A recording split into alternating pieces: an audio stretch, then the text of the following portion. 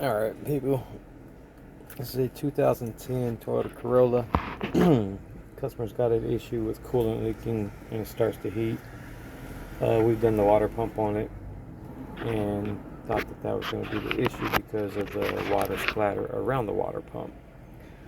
Then we came back and checked it out because it was still doing the same thing, and then we saw a water puddle underneath the radiator, so we decided to go with the radiator. This is a 2010 Toyota Corolla. In order to get the radiator out, you need to remove this cross panel. You got bolts there, bolt there.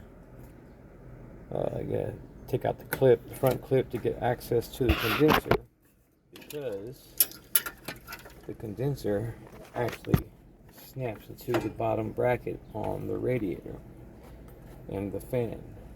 Now the cooling fan mounts to the radiator, which I think is fucking stupid. It mounts on the bottom side. So here's your radiator right there, and then your cooling fan comes in here and mounts like that. See that?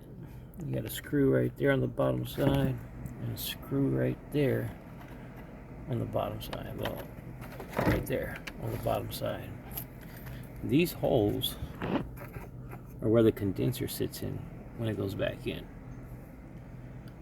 I think it's a stupid design, but for some reason, Toyota, being the great vehicles that they are, thought this was a great design. So in order to get the radiator out, the fan's got to come out with it, and then you unmount the fan from the radiator when you get it out. Zap it out, and the fan comes off. And that's how that works. Now we're going back together with it. It's a brand new radiator, nice and pretty. And we'll go from there. Installation is the same in reverse. Mount the fan to the radiator. Come, step it in there. The radiator has two rubber feet. One sits in that hole, one sits in that hole. And this condenser is going to sit in those two tiny little holes that are on the fan bracket. Then of course you put your bracket back on, put this back on, bolt it down, put your front clip back on, fill it up with coolant, run it, burp the system. Can't have any air in the system. You get air in the system, you're gonna have fucking problems. Okay, now do this at your own risk. I am not responsible for any damage you do to your vehicle or yourself. If you think you can do it, it's up to you. I'm not encouraging anything. I am a professional mechanic. I've been doing this for almost 30 years.